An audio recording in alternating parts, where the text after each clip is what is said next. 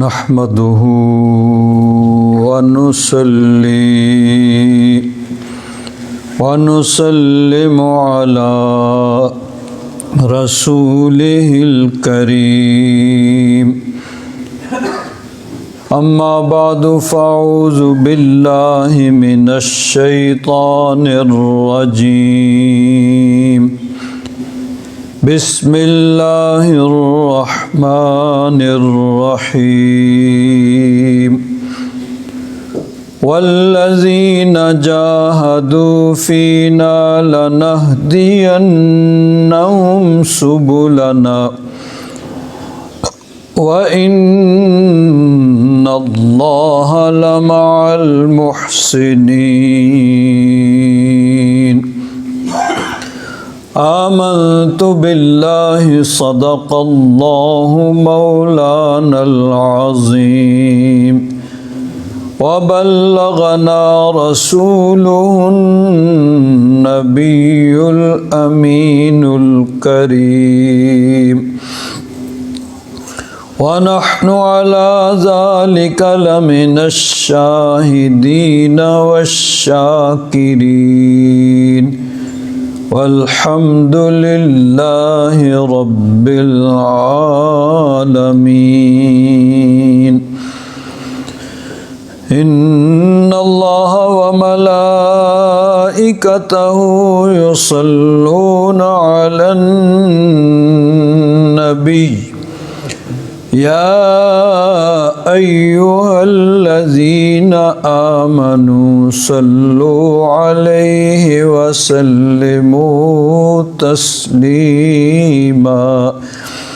اللهم صل على سيدنا ومولانا محمد وعلى آل سيدنا ومولانا محمد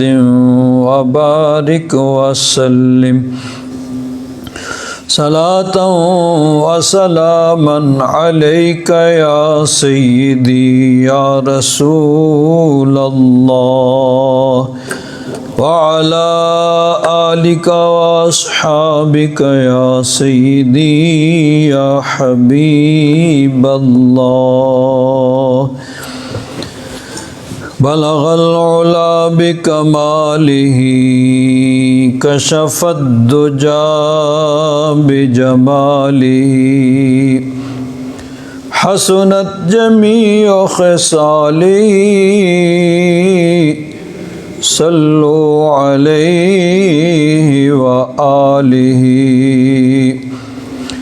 يا صاحب الجمال ويا سيد البشر من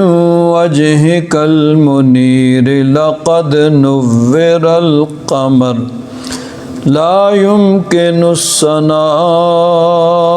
كما كان حقه بعد خدا بزرگ توئی قصہ مختصر۔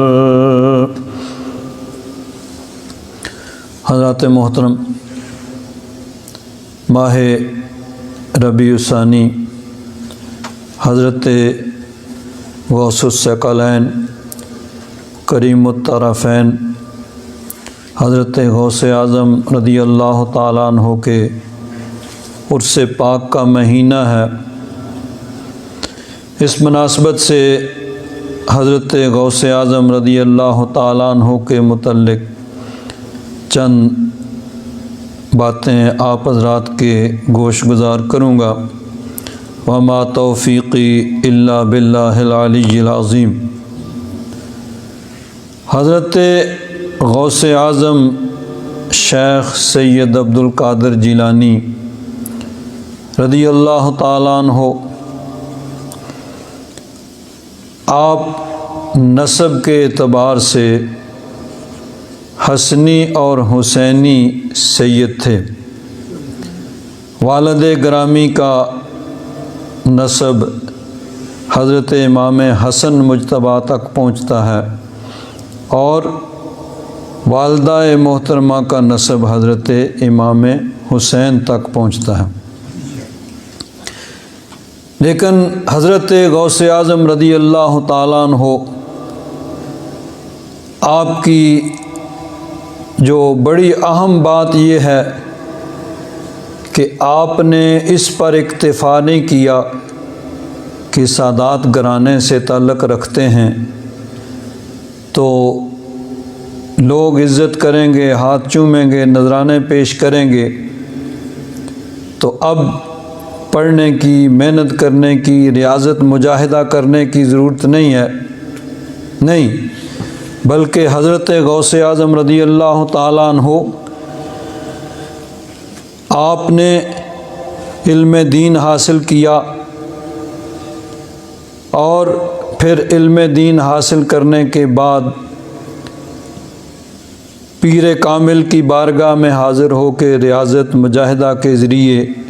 تصوف کی، طریقت کی منزلیں طے کی۔ حالانکہ حضرت غوث اعظم رضی اللہ تعالیٰ عنہ اگر دیکھا جائے آپ کا خاندان تو ولیوں کا خاندان تھا۔ آپ کے والد گرامی، آپ کی والدہ اور باقی تمام افراد، اور حضرت غوث اعظم رضی اللہ تعالیٰ عنہ پیدائشی مادرزاد ولی تھے۔ بڑا مشہور آپ کا واقعہ ہے کہ بچپن میں آپ ماہ رمضان المبارک میں دن کے وقت دودھ نہیں پیا کرتے تھے، صبح سحری سے پہلے اور پھر افطاری کے بعد۔ تو حضرت غوث اعظم رضی اللہ تعالیٰ عنہ بچپن میں شیر خارگی میں دودھ پینے کی عمر میں آپ کی یہ شان تھی، بلکہ حضرت غوث اعظم رضی اللہ تعالیٰ عنہ کی پیدائش سے پہلے آپ کے والد گرامی حضرت ابو صالح رضی اللہ تعالیٰ عنہ، ان کو خواب میں نبی کریم صلی اللہ علیہ وسلم کی زیارت ہوئی۔ خواب میں حضور نے زیارت سے مشرف فرمایا، کرم فرمایا اور ارشاد فرمایا، یا ابا صالح اعطاک اللہ ابنا صالحا، اے ابو صالح، اللہ تبارک و تعالی آپ کو ایک نیک بیٹا عطا فرمائے گا۔ وَهُوَ وَلَدِي وَمَحْبُوبِي، اور وہ میرا بھی بیٹا ہے اور میرا پیارا ہے۔ وہ دنیا میں آنے والا آپ کا فرزند میرا بیٹا ہے اور میرا محبوب ہے، میرا پیارا ہے۔ وَمَحْبُوبُ اللَّهِ تَعَالَى، میرا ہی نہیں بلکہ رب ذوالجلال کا بھی وہ پیارا اور محبوب ہوگا۔ اسی لیے حضرت غوث اعظم رضی اللہ تعالیٰ عنہ کو محبوب سبحانی کہا جاتا ہے، جلال کے پیارے اور محبوب، کیونکہ نبی کریم صلی اللہ علیہ وسلم نے یہ منصب آپ کے لیے ارشاد فرمایا ہے، آپ کے والد گرامی کو، کہ وَهُوَ وَلَدِي وَمَحْبُوبِي وَمَحْبُوبُ اللَّهِ تَعَالَى، اللہ تبارک و تعالیٰ کا بھی وہ محبوب ہوگا۔ اور حضور نے ارشاد فرمایا، سَيَكُونُ لَهُ شَأْنٌ بَيْنَ الْأَوْلِيَاءِ وَالْأَقْطَابِ، اس کی ولیوں اور کتبوں میں شان ایسے بلند ہوگی، کَشَأْنِ بَيْنَ الْأَنْبِيَاءِ وَالرُّسُلِ، حضور نے فرمایا جس طرح میری نبیوں میں، رسولوں میں شان جس طرح میری بلند ہے، تیرے اس بیٹے کی شان ولیوں اور کتبوں میں اسی طرح بلند ہوگی۔ فارسی کے ایک شاعر نے کہا ہے، غوث اعظم درمیان اولیاء، چوں محمد درمیان انبیاء۔ صلی اللہ تعالیٰ علیہ وآلہ وصحبہ وبارک وسلم۔ اور اردو میں اس کو یوں کہا گیا ہے، محمد کا رسولوں میں ہے جیسے مرتبہ اعلیٰ، محمد کا رسولوں میں ہے جیسے مرتبہ اعلیٰ، ہے افضل اولیاء میں یوں ہی رتبہ غوث اعظم کا، ہے افضل اولیاء میں یوں ہی رتبہ غوث اعظم کا۔ تو حضور نے ارشاد فرمایا، سَيَكُونُ لَهُ شَأْنٌ بَيْنَ الْأَوْلِيَاءِ وَالْأَقْطَابِ كَشَأْنِ بَيْنَ الْأَنْبِيَاءِ وَالرُّسُلِ، کہ جس طرح میری شان نبیوں رسولوں میں بلند ہے، ان کی شان ولیوں کتبوں میں بلند ہوگی۔ اور ایک اور چیز دیکھیے، نبی کریم صلی اللہ علیہ وسلم دنیا میں تمام انبیاء کرام کے بعد تشریف لائے، لیکن پہلے انبیاء کرام اپنے اپنے وقتوں میں نبی کریم صلی اللہ علیہ وسلم کی بشارت دیتے رہے اپنی اپنی امتوں کے، کیونکہ عالم ارواح میں اللہ تبارک و تعالیٰ نے سارے نبیوں سے عہد لیا تھا، وَإِذْ أَخَذَ اللَّهُ مِيثَاقَ النَّبِيِّينَ، اس وقت کو یاد کرو جب اللہ تبارک و تعالیٰ نے سارے نبیوں سے میثاق لیا، پختہ عہد لیا، اور یہ عہد عالم ارواح میں انبیاء کرام کی روحوں کو اکٹھا کر کے اللہ تبارک و تعالیٰ نے لیا تھا۔ لَمَا آتَيْتُكُم مِّن كِتَابٍ وَحِكْمَةٍ ثُمَّ جَاءَكُمْ رَسُولٌ، اللہ تعالیٰ نے فرمایا کہ میں تمہیں کتاب حکمت دوں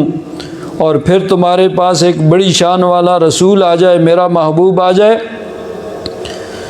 مصدق لما معکم، وہ تصدیق کرنے والا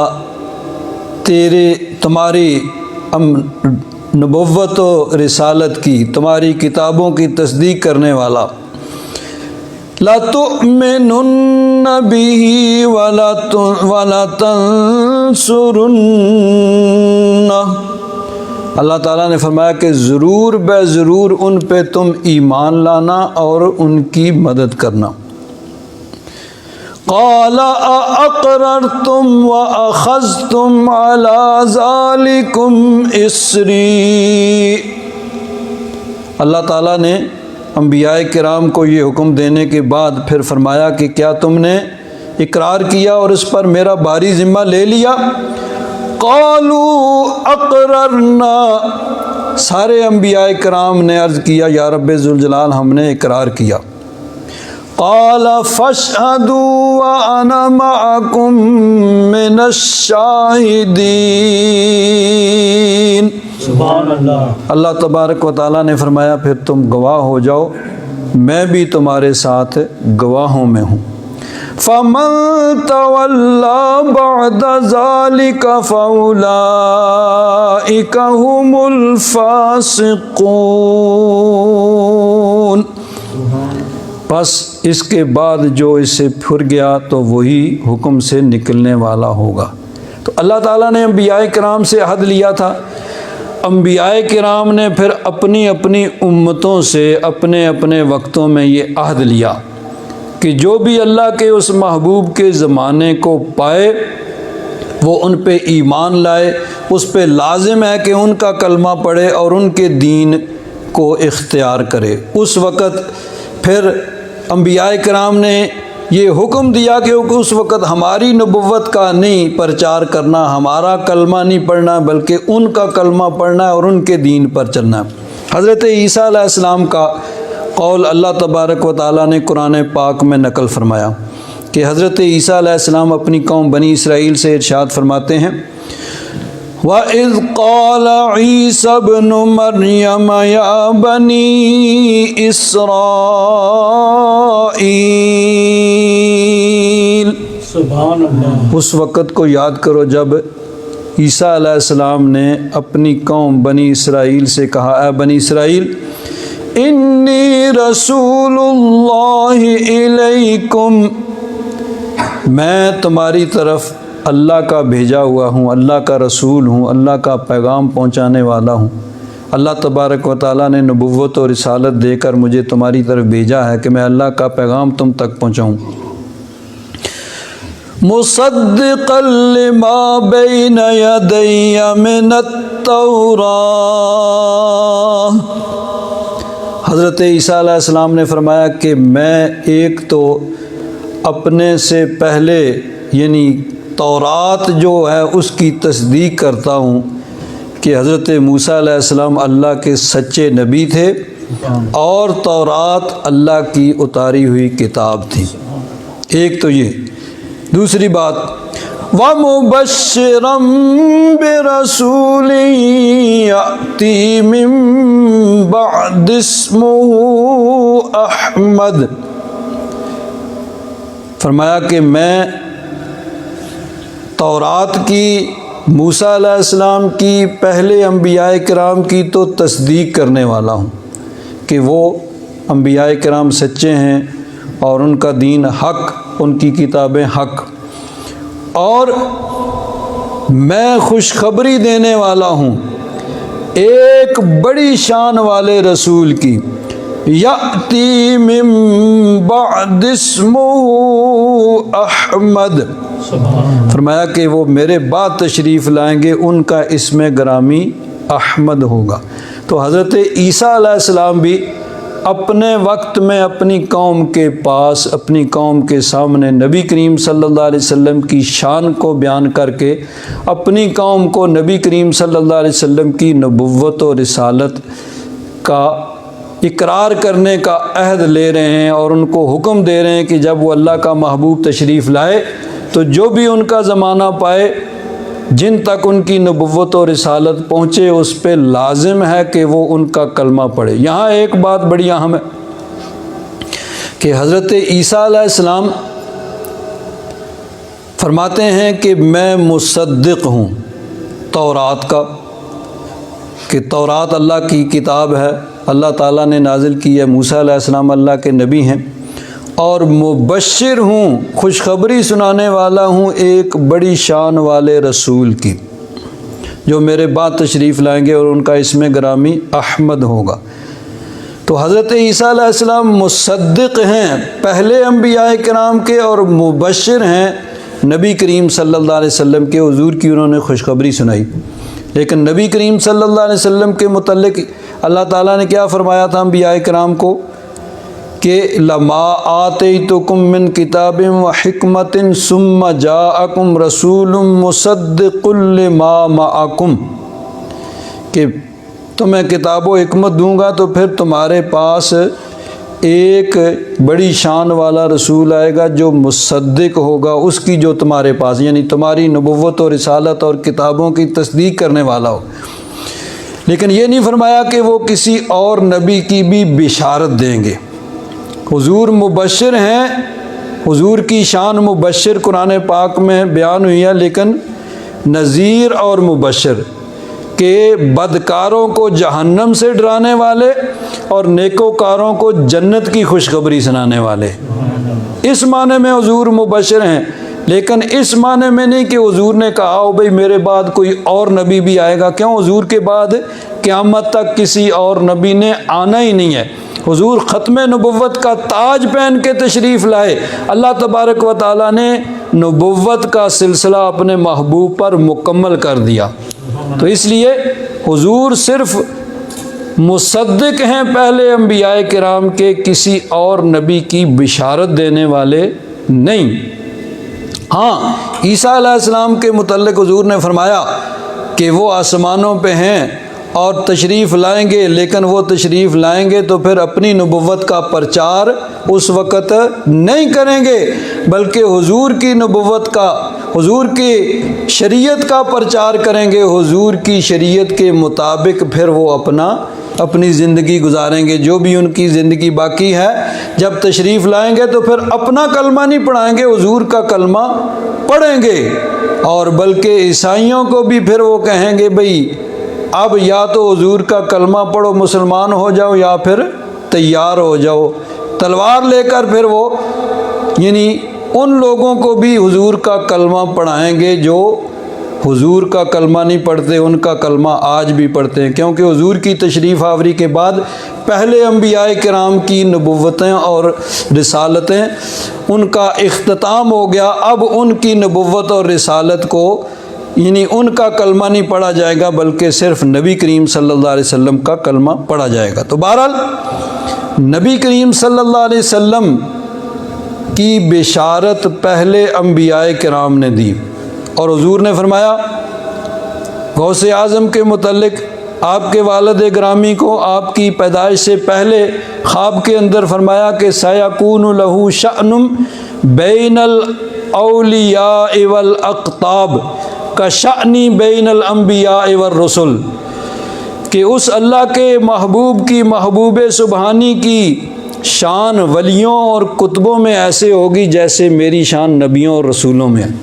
تو نبی کریم صلی اللہ علیہ وسلم کی بشارت پہلے انبیاء کرام نے دی، حضرت غوث اعظم کی بشارت پہلے اولیاء کرام نے دی۔ بہت سے اولیاء کرام جو آپ سے سینکڑوں سال پہلے ہوئے، انہوں نے اپنے اپنے وقتوں میں حضرت غوث اعظم رضی اللہ تعالیٰ عنہ کی بشارت دی۔ چنانچہ اعلیٰ حضرت فاضل بریلوی رضی اللہ تعالیٰ عنہ حضرت غوث اعظم رضی اللہ تعالیٰ عنہ کی بارگاہ میں عقیدت کے پھول پیش کرتے ہوئے عرض کرتے ہیں، واہ کیا مرتبہ اے غوث ہے بالا تیرا، اونچے اونچوں کے سروں سے قدم اعلیٰ تیرا، سورج جگلوں کے چمکتے تھے چمک کر ڈوبے، افق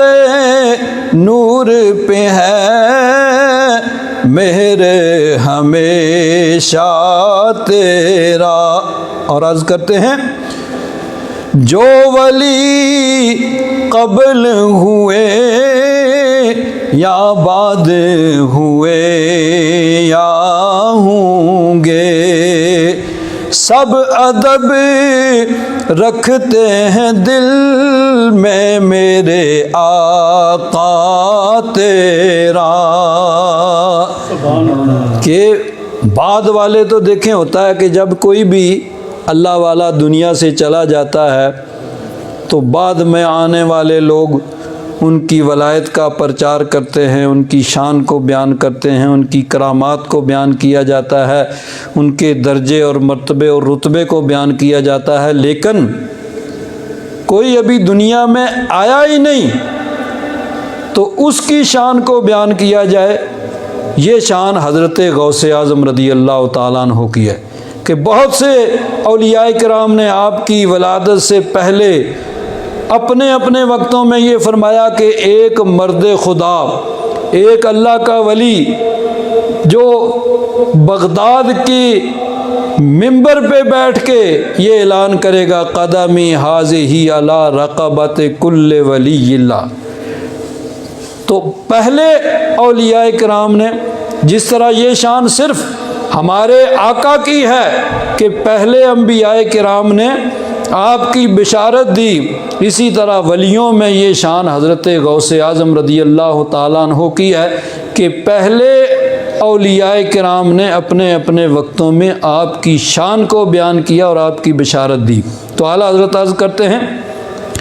جو ولی قبل ہوئے یا بعد ہوئے یا ہوں گے، سب ادب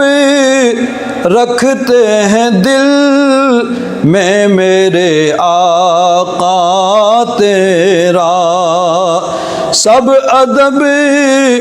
رکھتے ہیں دل میں میرے آقا تیرا۔ تو حضرت غوث اعظم رضی اللہ تعالیٰ عنہ پیدائشی ولی ہیں، مادرزاد ولی ہیں۔ آپ نے اس کے باوجود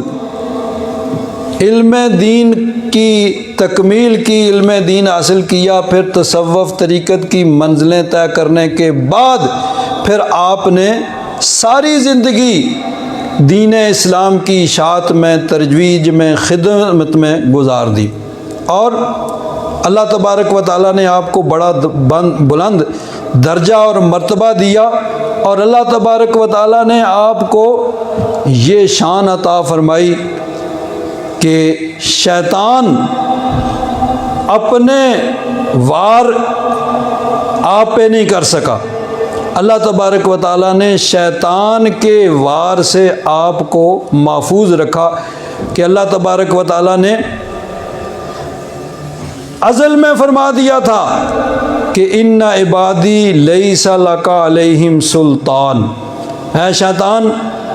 تو گمراہ کرے گا اولاد آدم کو، لیکن میرے جو خاص بندے ہوں گے ان پہ تیرا زور نہیں چلے گا۔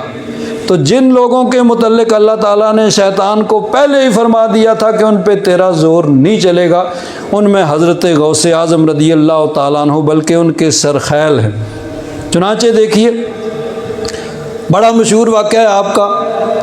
کہ حضرت غوث اعظم رضی اللہ تعالیٰ عنہ خود فرماتے ہیں کہ میں ایک مرتبہ جا رہا ہوں، گرمی کا موسم ہے، دھوپ خوب تیز ہے، دھوپ میں چلتا جا رہا ہوں، بڑی گرمی ہے، اچانک ایک بادل کا سایہ، ایک بادل کا ٹکڑا آیا، اس نے مجھ پہ سایہ کر دیا۔ اب کوئی آدمی عام ہوتا تو اپنی ولایت کا پرچار کرتا، بھئی دیکھو میری ولایت کہ باقی جگہ دھوپ ہے، مجھ پہ سایہ ہو رہا۔ حضرت غوث اعظم رضی اللہ تعالیٰ عنہ آپ اللہ کے وہ ولی ہیں جن کو اللہ تعالیٰ نے فرمایا کہ شیطان کے اثر سے یہ محفوظ رہیں گے۔ حضرت غوث اعظم رضی اللہ تعالیٰ عنہ کو اس بادل کے ٹکڑے سے آواز آتی ہے کہ اے عبد القادر تو میرا ولی ہے، اور تو نے میری بڑی عبادت کی ہے، اب میری طرف سے تجھے گارنٹی ہے کہ اب تجھے عبادت کرنے کی ضرورت نہیں ہے، میں نے تیرے لیے عبادت کو معاف کر دیا۔ اب کوئی بھی آدمی ایسی بات سنے تو وہ کہے گا بھئی میں تو بہت نیک، بہت پہنچا ہوا ہوں، بڑے درجے مرتبے پہ ہوں، لیکن حضرت غوث اعظم رضی اللہ تعالیٰ عنہ نے فرمایا، سوچا کہ یہ کیسے ہو سکتا ہے؟ نبی کریم صلی اللہ علیہ وسلم جن کے قدموں کی نسبت سے ہمیں جو کچھ ملا ہے حضور کے قدموں کی نسبت سے ملا ہے، انہوں نے تو ساری عمر اللہ کی عبادت کی، اور اتنی عبادت کی کہ راتوں کو کھڑے ہو کر ان کے پاؤں مبارک سوج جایا کرتے تھے، اور میں کس بات کی مولی ہوں کہ مجھے یہ گارنٹی دی جائے کہ اب تجھے عبادت کرنے کی ضرورت نہیں۔ سوچا کہ ضرور یہ شیطان کا وار ہوگا، شیطان مجھے گمراہ کرنے کی کوشش کر رہا ہوگا۔ آپ نے پڑھا لا حول ولا قوت الا باللہ، جب یہ پڑھا تو اس بادل میں سے آواز آتی ہے کہ اے عبد القادر، یہ جو میں نے تجھ پہ وار کیا تھا، یہ میرا وار بڑا کاریگر ہے، اس وار کے ذریعے میں 40 غوثوں کو گمراہ کر چکا ہوں، یہی میں نے ان پہ وار کیا تھا کہ تو بہت نیک ہے، میں نے تجھ سے عبادت معاف کر دی ہے، تو وہ اسی پہ بھول گئے تھے، لیکن تجھ پہ یہ میرا وار کارگر نہیں ہوا، تجھے تیرے علم نے بچا لیا ہے۔ حضرت غوث اعظم رضی اللہ تعالیٰ عنہ نے فرمایا او ظالم جاتے جاتے پھر وار کر رہا ہے، اگر علم صرف بچاتا تو تجھ سے بڑا عالم کون تھا؟ تو فرشتوں کا بھی استاد تھا، معلم الملکوت فرشتوں کا استاد تھا، تو اگر علم بچاتا تو پھر تجھے بچاتا، مجھے صرف علم نے نہیں بلکہ میرے رب کے فضل نے مجھے بچایا ہے۔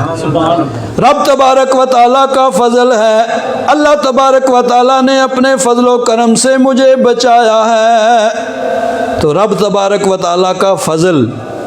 یہ اللہ تعالیٰ کا فضل ہے کہ اللہ تبارک و تعالیٰ نے آپ کو شیطان کی اس باریک چال سے بھی محفوظ رکھا۔ حضرت مولانا روم رحمۃ اللہ تعالیٰ علیہ بڑی پیاری بات کرتے ہیں، ارشاد فرماتے ہیں چوں عنایا تت شود باما مقیم کہ بود بی میں ازاں دزد لئیم۔ یا رب ذوالجلال، جب تیرا کرم ہو، تیرا فضل ہو، تیری عنایات ہم پہ ہوں تو پھر اس کمینے چور یعنی شیطان سے ہمیں کیا خطرہ ہو سکتا ہے؟ یہ شیطان اس نے تو گمراہ کرنے کا ذمہ لیا ہوا ہے اور گمراہ کرنے کی کوشش کرتا ہے، تو اس سے شیطان کے وار سے نہ عبادت کے ذریعے نہ علم کے ذریعے بچا جا سکتا ہے، بلکہ تیرا فضل اور کرم ہو تبھی بچ سکتے ہیں۔ حدیث پاک میں آتا ہے کہ شیطان انسان کے جسم میں اس طرح دوڑتا ہے کا مجرد دم، جیسے خون انسان کے جسم میں یہ چل رہا ہے نا، پھر رہا ہے نا، شیطان بھی ایسے ہی انسان کے جسم میں سرایت کرتا ہے اور انسان کو گمراہ کرتا ہے۔ بچتا وہ ہے جس پہ رب تبارک و تعالیٰ کا فضل اور کرم ہو، اور فضل اور کرم ان پہ ہوتا ہے جو اس کی بارگاہ میں عاجزی اور انکساری کرنے والے ہوتے ہیں، جو اس کی بارگاہ میں جھکتے ہیں، اور جو اکڑتے ہیں تکبر کرتے ہیں وہ شیطان کے پھر ہتھے چل جاتے ہیں، اور جو عاجزی اور انکساری کرتے ہیں رب تبارک و تعالیٰ ان کی دستگیری فرماتا ہے۔ اور مولانا روم فرماتے ہیں گر ہزارہ دام باشد ہر قدم چوں تو با مائی نہ باشد ہیچ غم۔ اگرچہ شیطان نے جال لگایا ہوا ہے، ہر قدم پہ اس نے جال لگایا ہوا ہے، لیکن یا رب ذوالجلال جب تیرا کرم ہوگا تو پھر کوئی ڈر نہیں ہے۔ جب تک تیری توفیق شامل حال رہے گی، تیرا کرم رہے گا، اس وقت تک شیطان گمراہ نہیں کر سکتا۔ جب تیری توفیق کا یعنی سایہ ہٹ جائے گا تو پھر شیطان کے لیے گمراہ کرنا آسان ہو جائے گا۔ تو شیطان یہ گمراہ کرتا ہے، لیکن اللہ والے جو ہوتے ہیں ان پہ اللہ تبارک و تعالیٰ کا خاص کرم ہوتا ہے کہ شیطان کے وار ان پہ نہیں چلتے۔ بڑی اہم بات حضرت غوث اعظم رضی اللہ تعالیٰ عنہ کے سیرت کے متعلق، حضرت غوث اعظم رضی اللہ تعالیٰ عنہ کی کرامات بے شمار ہیں، حتیٰ کہ آپ کے تذکرہ نگاروں نے آپ کی کرامات میں یہ بھی لکھا ہے کہ حضرت غوث اعظم رضی اللہ تعالیٰ عنہ نے مردوں کو زندہ کیا، مردوں کو بھی زندہ کیا، آپ کی کرامات میں یہ ہے۔ لیکن میں سمجھتا ہوں کہ آپ کی سب سے بڑی کرامت کون سی ہے، جو سب سے پہلی آپ کی کرامت ہے، اور وہ کیا ہے؟ اس میں آپ نے کسی مردے کو زندہ نہیں کیا بلکہ مردہ دل کو زندہ کر دیا، کہ جس کا دل مر چکا تھا اس کے دل کو زندہ کیا۔ بڑا مشہور واقعہ ہے، ہم واقعہ تو سنتے رہتے ہیں لیکن اس طرف توجہ بہت کم جاتی ہے کہ حضرت غوث اعظم رضی اللہ تعالیٰ عنہ کی جوانی کا عالم ہے، اپنے شہر گیلان سے جو ایران کے اندر تھا وہاں سے پڑھنے کے لیے بغداد جا رہے ہیں قافلے کے ساتھ۔ راستے میں ڈاکوؤں نے حملہ کیا، ڈاکو قافلے کو لوٹ رہے ہیں، اور آپ چونکہ نوجوان تھے، شکل و صورت سے بھی آپ یعنی ایسے لگتے تھے کہ یہ کوئی مولوی آدمی ہے، اس کے پاس کیا ہوگا، تو انہوں نے خاص توجہ نہیں دی۔ کسی نے چلتے چلتے ایک ڈاکو نے پوچھا بھئی تمہارے پاس بھی کچھ ہے؟ آپ نے فرمایا ہاں میرے پاس 40 درہم 40 دینار ہیں۔ وہ حیران رہ گیا کہ لوگ تو چھپاتے ہیں، قسمیں کھاتے ہیں ہمارے پاس کچھ نہیں ہے، جب تلاشی لیتے ہیں تو ان سے نکل آتا ہے، اور اس سے تو ویسے ہی میں نے پوچھا، یہ کہہ رہا میرے پاس 40 درہم سونے کے۔ تو وہ سردار کے پاس لے گیا کہ عجیب آدمی ہے، لوگ ہم سے مال چھپاتے ہیں اور یہ ظاہر کر رہا ہے۔ سردار نے پوچھا بھئی تو اگر کہتا کہ میرے پاس کچھ نہیں ہے تو ہمیں تو کوئی شک شبہ نہیں ہو سکتا تھا کہ تیرے پاس کچھ ہو سکتا ہے، تیری یاری شکل و صورت، تیری جو حیت ہے، تو نوجوان بچہ ہے اور لگتا بھی ایسے ہے کہ کوئی پڑھنے والا طالب علم ہے، تیرے پاس کیا ہو سکتا ہے؟ تو ہمیں تو شک نہیں ہو سکتا تھا، تو نے کیوں نہیں اپنا مال چھپایا؟ حضرت غوث اعظم رضی اللہ تعالیٰ عنہ نے فرمایا کہ جب میں گھر سے چلنے لگا تھا تو میری والدہ نے مجھے نصیحت کی تھی کہ بیٹا جھوٹ نہیں بولنا۔ تو میری والدہ نے مجھے نصیحت کی تھی، تو میں اپنی والدہ کی اس نصیحت پہ عمل کرتے ہوئے میں نے سچ بولا ہے، چاہے اس میں مجھے نقصان ہی ہو۔ اس نے کہا اچھا، تو اپنی والدہ کی بات پہ عمل کر رہا ہے اور نقصان یعنی دیکھ رہا ہے کہ نقصان ہوگا، لیکن نقصان سے بچنے کی کوشش نہیں کرتا،